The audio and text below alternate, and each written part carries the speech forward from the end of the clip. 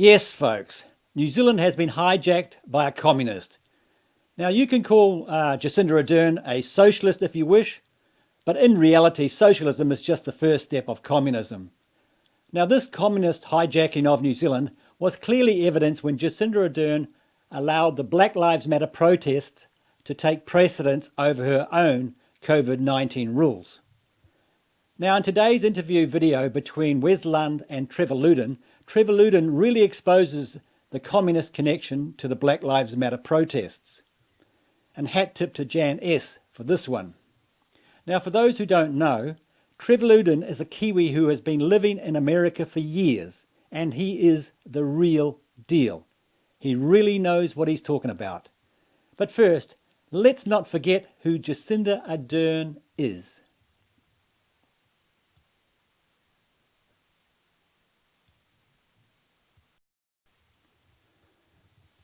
Yeah, so we have the International Union of Socialist Youth. So I'll just scroll down a bit.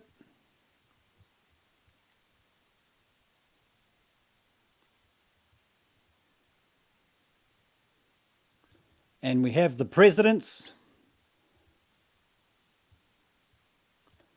So I'll just scroll down some more.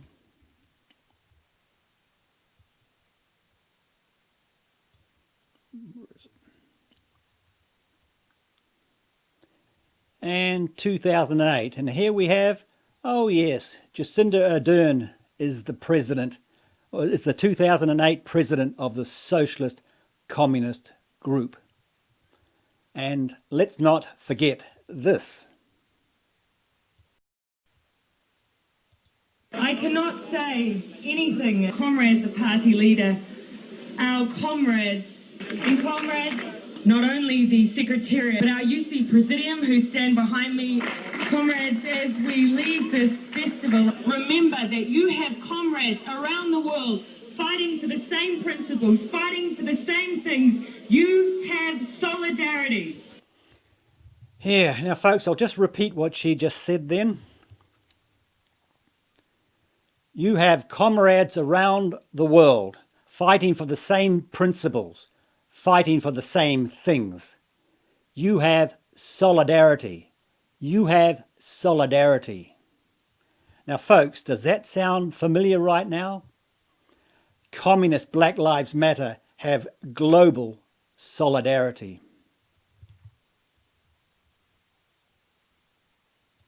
Comrades, the second thing...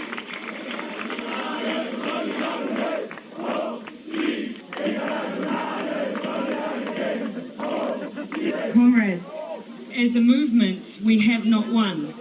I mean that within our own organisations, we are still fighting for our principles there too. When we come to a UC festival and our women are harassed, we have not won. And as long as we come together as comrades, and our LGBT comrades, but the third thing, comrades, it was UC who went to the Socialist International and said to our mother parties, it is time the Polisario was recognised by our own families.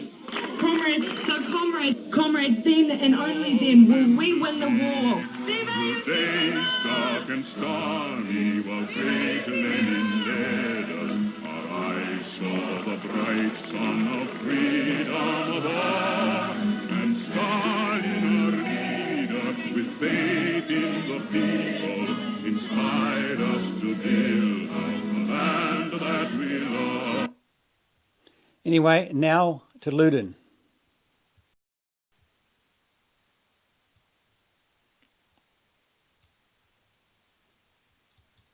And we're here live today with Mr. Trevor Loudon, author and filmmaker, he has a new book, White House Reds. It's all about Joe Biden. And of course, Amy Klobuchar is mentioned in there as well.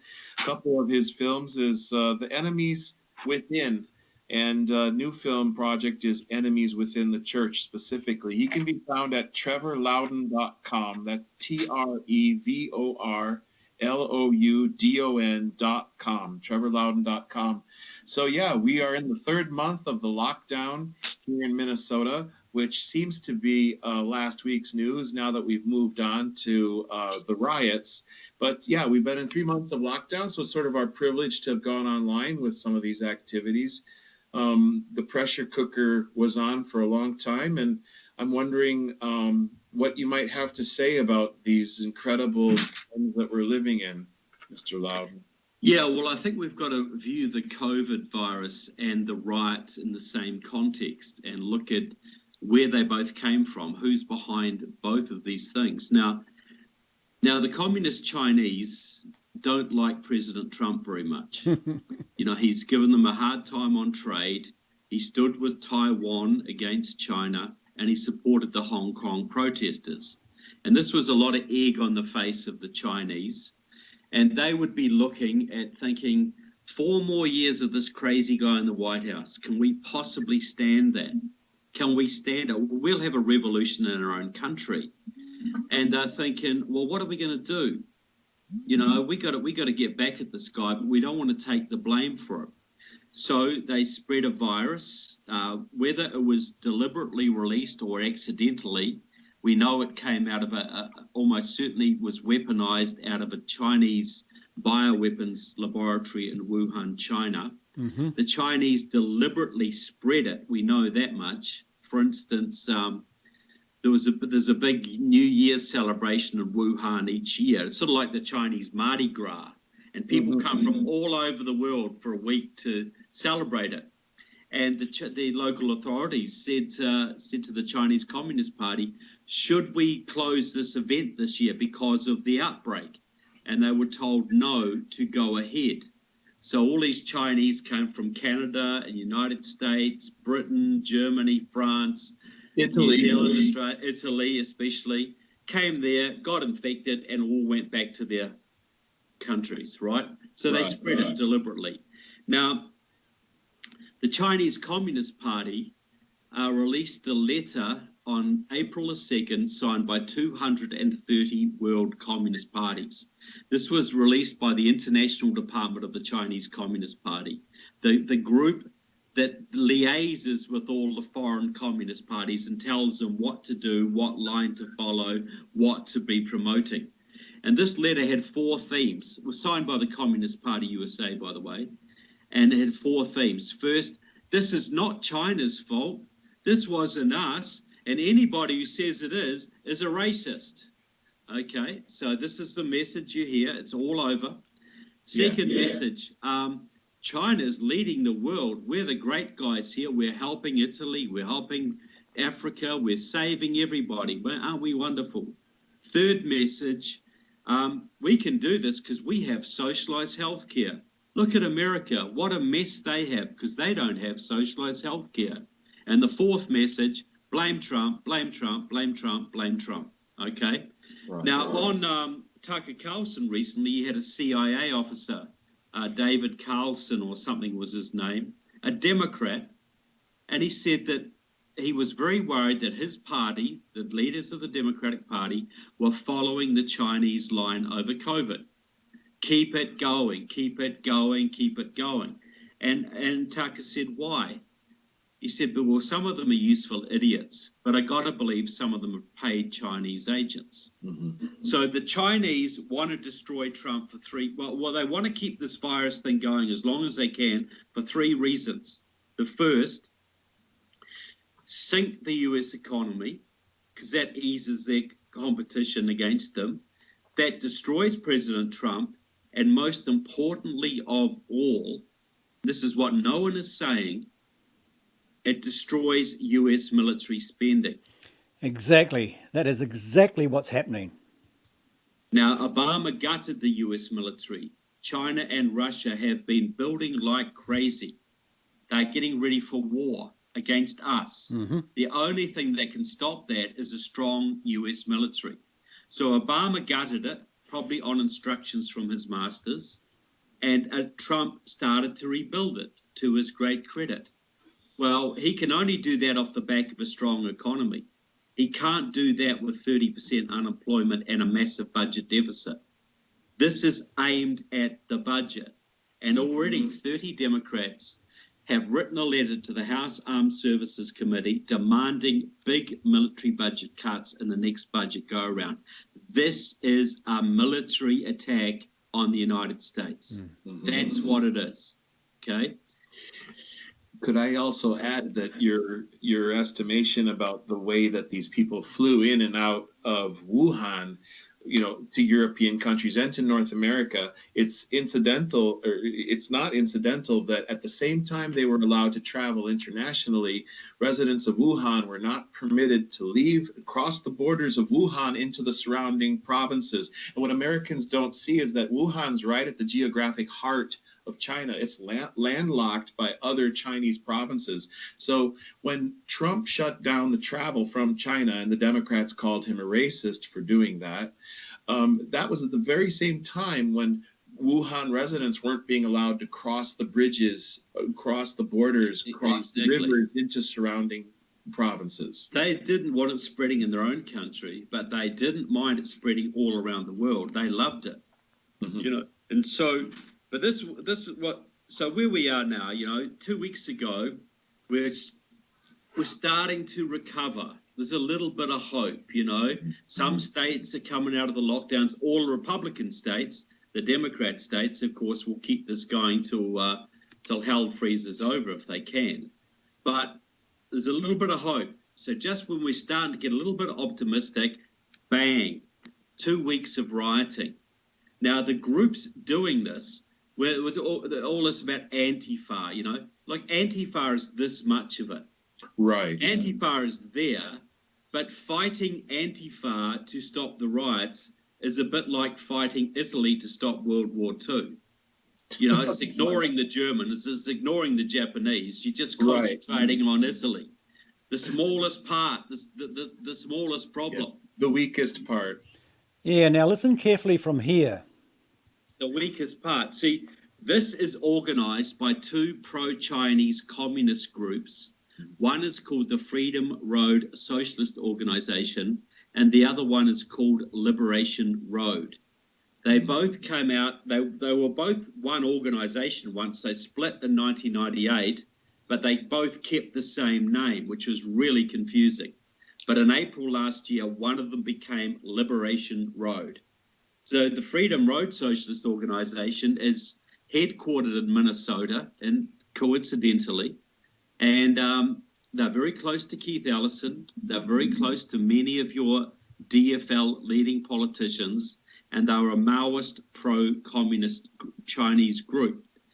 They are the ones who led the protests against President Trump at the Republican Party convention in 2016, and at the time, their leader said, "Our job through the Trump administration is to make this country ungovernable." And they're succeeding. That was her words. They are completely coordinating these protests around the country. They're doing a good job of coordinating them inside Minnesota as well, and the linkages between Minnesota and over-the-border groups that are now pouring into Minnesota from Washington State, from Chicago, from all over the region, really from Madison, Wisconsin as well. This Freedom Road group, not incidentally, that they both share the same name, that makes it harder for these groups to be identified, doesn't it? And yeah, it does. Look, the police have no idea. The cops have no idea. The FBI has no idea of these people. Neither do the mayors, apparently, because they're cooperating with some of these street. Well, because the mayors come out of the same groups. Yeah. Frey is a community organizer. He knows these people. It is interesting how the same group that booed Mayor Frey off the protest, off the streets, it's the same group of people that went after Mayor Betsy Hodges not too long ago. So she was brought down by the mob that she had coddled. That same group of people pushed her right out of the room, and he just suffered the same fate. Exactly. What they're trying to do is create a series of Mogadishus around the country.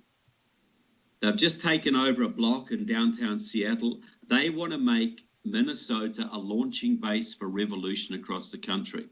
So you're going to see, just like they poured into New Orleans after the hurricane down there, They are pouring into Minnesota now. And just by the way, it is a felony to cross state lines to commit a riot. 5 years jail for that. If that was applied, we would see 10, 20,000 people in jail tomorrow. And that should be applied. But you are the target right here. They're going to come into you. They've got a friendly attorney general. They've got a friendly state government. They're going to set a little communististan in Minnesota if they get away with it. They also have some Indian reservations they can operate off of with impunity, because then they're extrajudicial and they're operating in a different nation within. So that's a whole involvement that that's with reservations that's being investigated by some other activists. And I'm not, mentioning the Maoist tactics, it was interesting. You said the Freedom Road group is Maoist in nature, because we're seeing children being used in these rallies. Children are really leading the front with the fists in the air. Yeah, and you see that in New Zealand and around the world as well. And we've seen that here in Rochester, all over town for 2 weeks. I'm not certain that the children understand the meaning of the gestures. No, they don't. That they're using as they're marching. But there's school teachers involved. There's the Rochester Public Schools has been implicated in these activities. Also, the mayor is apparently involved. But more talking about these groups, I mean, it's one bird with many feathers, right? Or one tree with many branches. Yeah. How are these groups interrelated with others? Well, see, in Minnesota, Freedom Road Socialist Organization works very closely with Democratic Socialists of America, which has over 600 members in the Twin Cities area.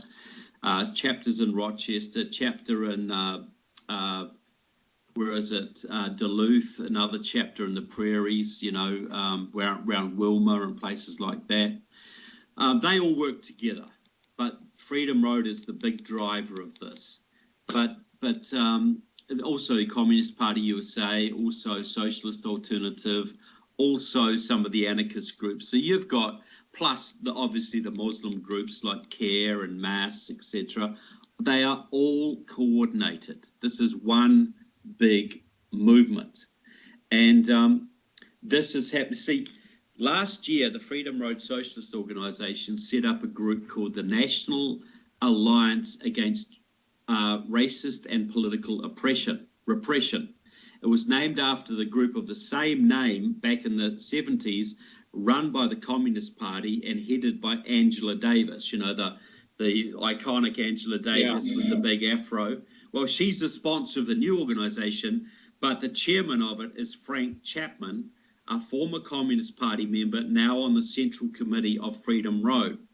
And they set that up to coordinate these protests now.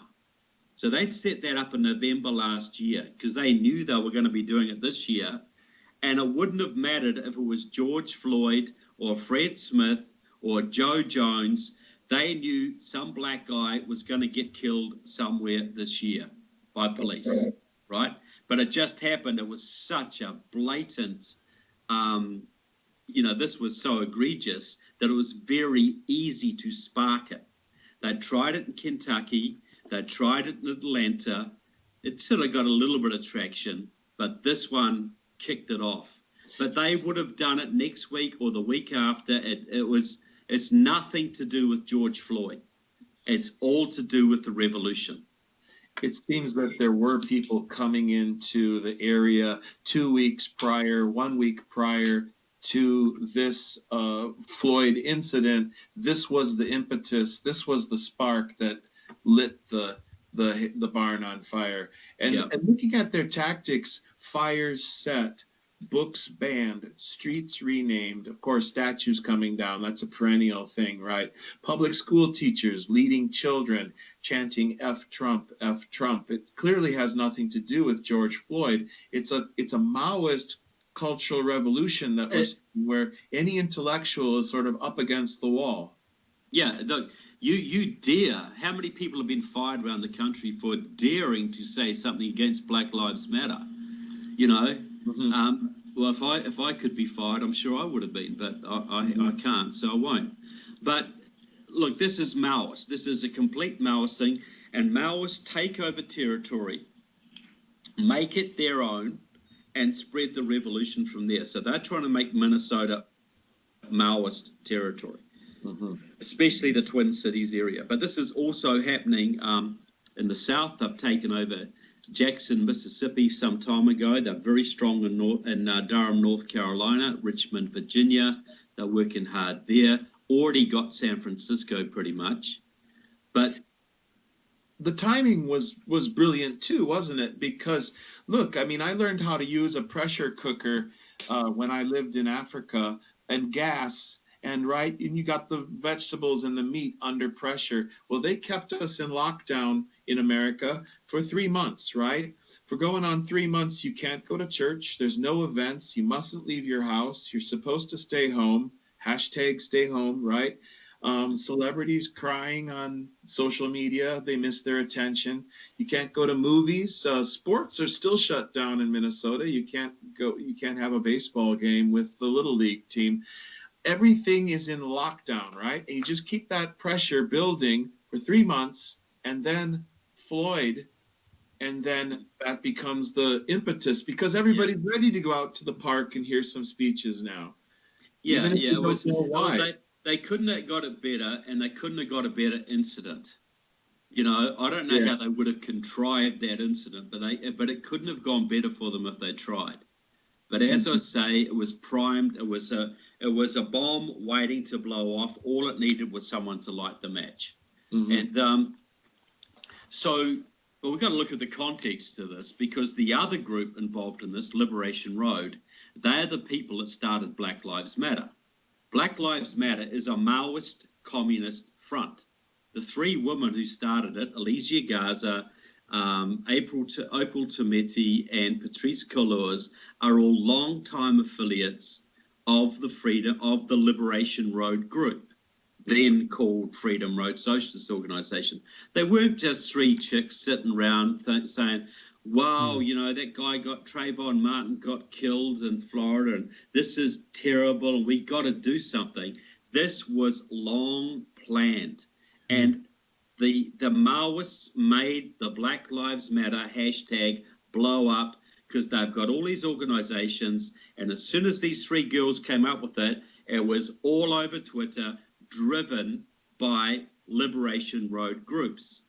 So, do you think the average membership of Black Lives Matter even realizes the affiliations of the leadership? Well, at a certain level, I do. The local leaders all would, but the average young kid who just gets out in Ferguson and wants to go and burn down a local house, no, they wouldn't. They're just in for the fun. You know, they believe the propaganda. They're an oppressed nation, and now they're striking back. But you know, 95% of union members don't understand their unions are controlled by communists. 95% of Democrats don't understand the Democratic Party is now controlled by communists.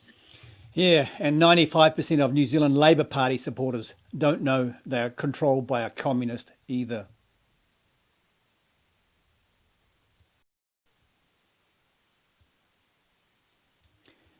Now I'll just play this once more to make sure it resonates.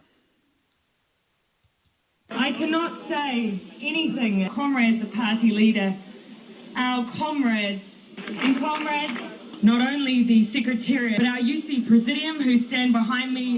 Comrades, as we leave this festival, remember that you have comrades around the world fighting for the same principles, fighting for the same things. You have solidarity. Comrades, the second thing...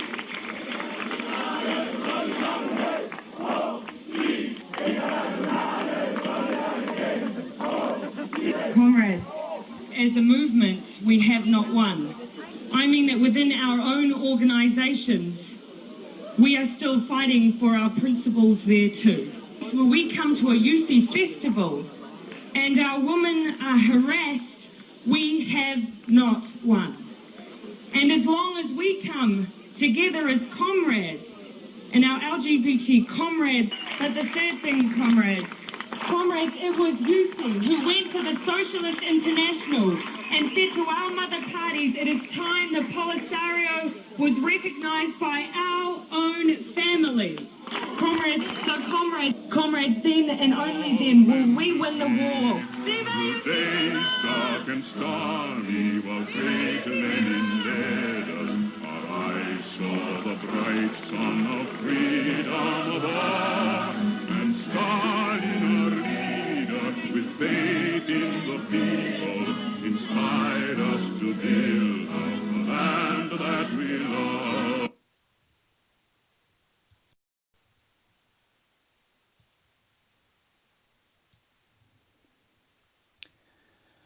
Yeah, and of course, all of these kids in New Zealand marching around for Black Lives Matter have no idea they are Jacinda's useful idiots. And Jacinda has no idea she's a useful idiot for the UN and Communist China. Anyway, folks, I've posted a link to the rest of that Trevor Loudon interview in the description below.